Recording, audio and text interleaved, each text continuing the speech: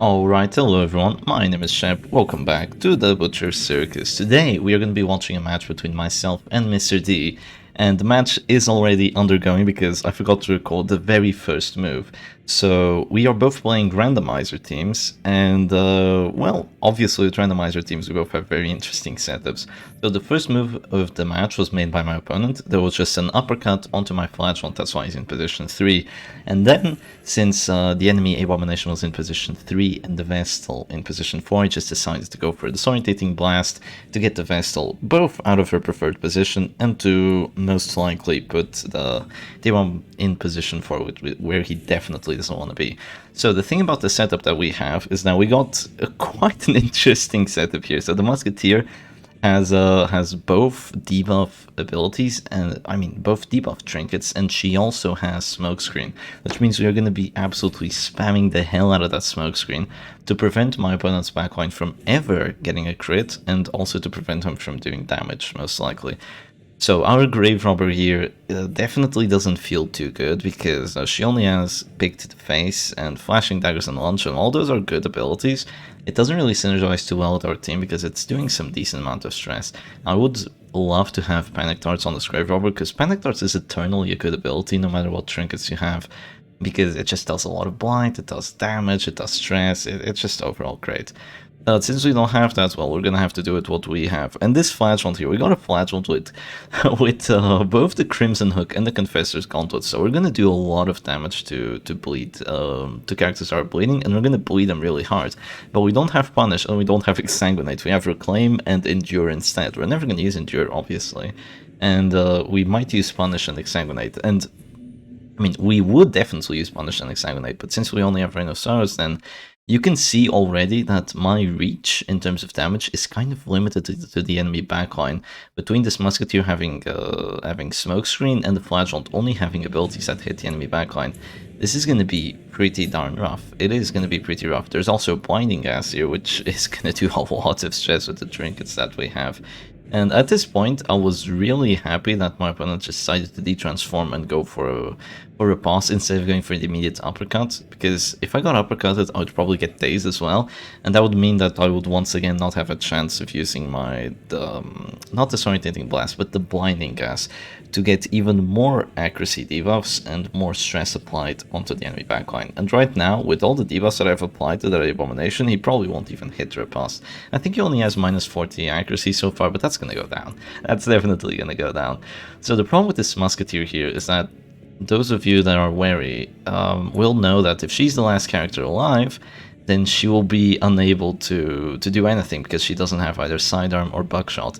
Same thing with the Plague Doctor, she doesn't have Incision, and same thing with the Flagellant, he doesn't have Punish. So the only character of mine that can actually do anything at all, if they're the last character alive, is in fact this Grave Robber with her Pick to the Face, which means that I really am gonna have to play this very carefully, because if this goes down to a 1v1, I will likely not have a good time. But at least if I keep the Grave Robber alive, then I will definitely still be able to do it. And there's going to be a stun on my Flagellant. Sadly, he gets the stun. I think he does have the Tome of Fury, so he got really lucky with the trinkets that he got on that Vestal. And now we go for the Flashing Daggers to do some very decent damage, and also dodge that Riposte, which is very handy. I think the hit chance right now is absolutely laughable. There's minus 60 accuracy. You can see Plague Grenade, it does still get one hit. I'm definitely pissed about it. I was hoping it wouldn't get any hits, but what can you do, right? What can you do? And you can see here, every single character in this match is kind of taking some damage, except for the enemy Bounty Hunter. He's literally the one guy who's doing totally fine here. And Mr. D, he got super lucky with the trinkets that he got. He got a Vestal with Tome of Fury. He got Monkey Spawn the Vestal, just giving her some extra accuracy and dodge. I mean, it's not a trinket you'd ever put on the Vestal, but it's useful. That's kind of what's crazy about randomizer teams, that you see these crazy playstyles actually working. And yeah, that's minus 80 accuracy on the Abomination. He's never going to do anything. But he also got a Bounty Hunter with both the Ratiaris Net and the Grappling Mid. So this was probably a huge mistake by me, not to go for the immediate click on the Grave Robber, because I just allowed her to take way more damage than she should have. but she's still relatively far away from death's door, and even though I don't have much healing, which is something that you really want to have in Randomizer fights, because the meta is like totally different. Antiquarian is probably the greatest character there is, because you have AoEs and regen, and healing is absolutely awesome. And just getting lucky with some trinkets just wins you matches on the spot.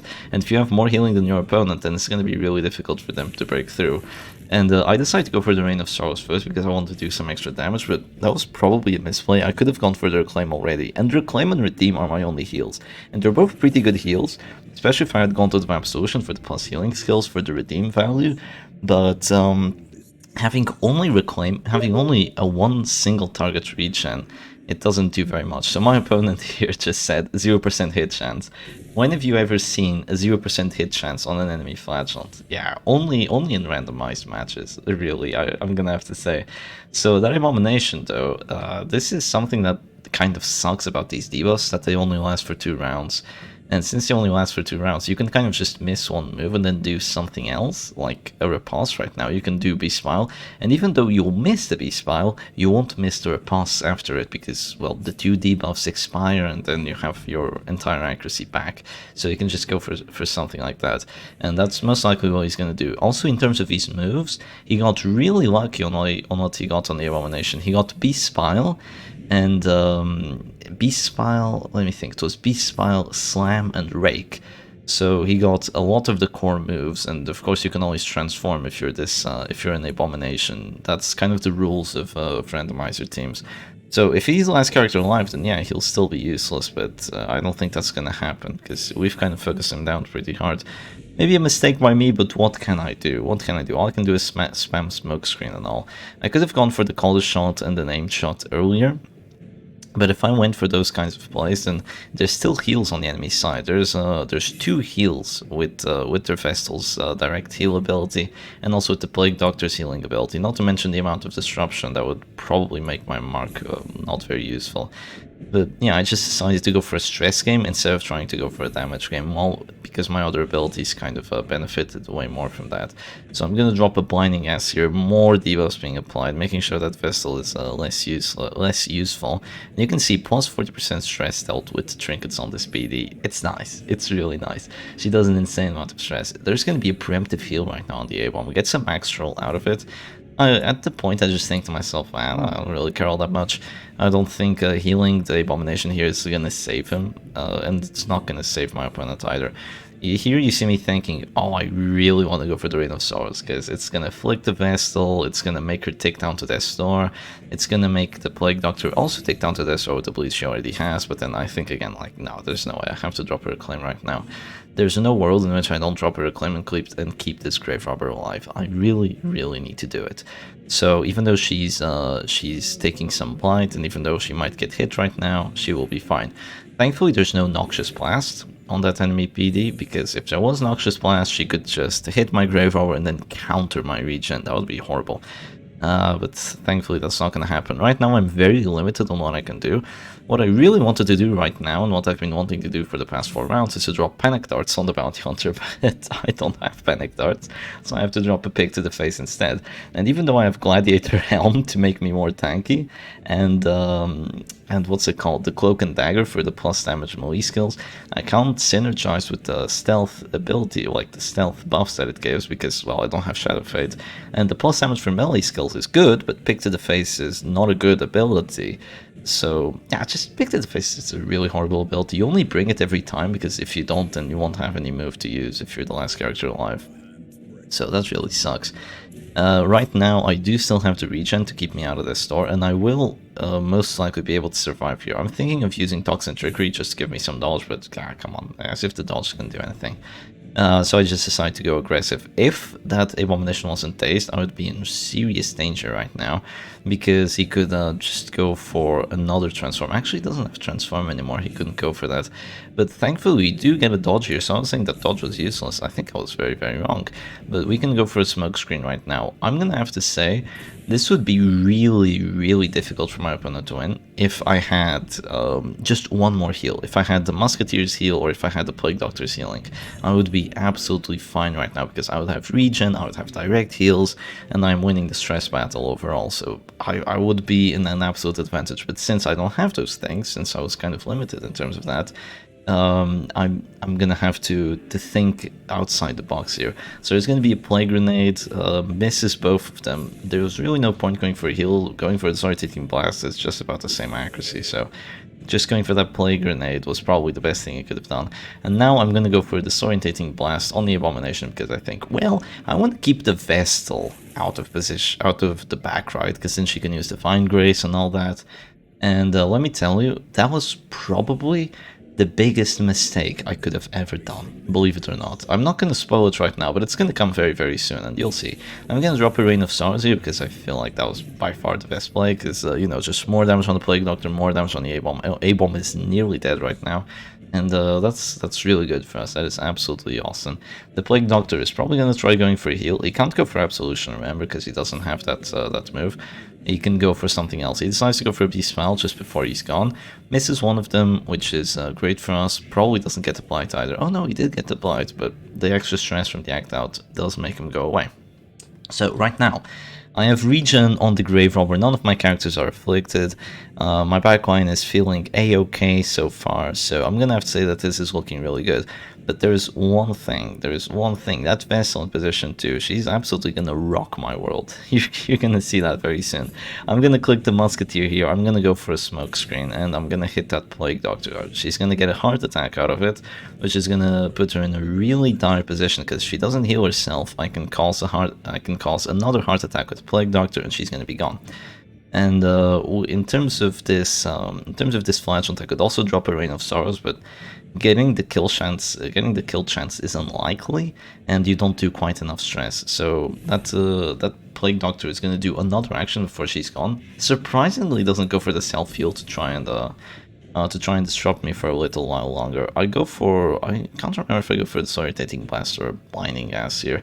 The difference is that Blinding Gas is just going to keep the corpses there, and the Disorientating Blast is going to clear the Abomination corpse, and it would move the Plague Doctor first, like into positions 1, 2, or 3, which would have prevented the Vestal from going for a bonk right now, because this bonk, it dazes my Grave Robber, somehow hits because of that extra 8 accuracy from the Monkey Spell, right? And now I can't click my regen character, and my Flagellant isn't that enough of an amount of HP that I can go for a Redeem. So this is just a ridiculous situation, because I can't save my Grave Robber, and she's just gone to finish him right now.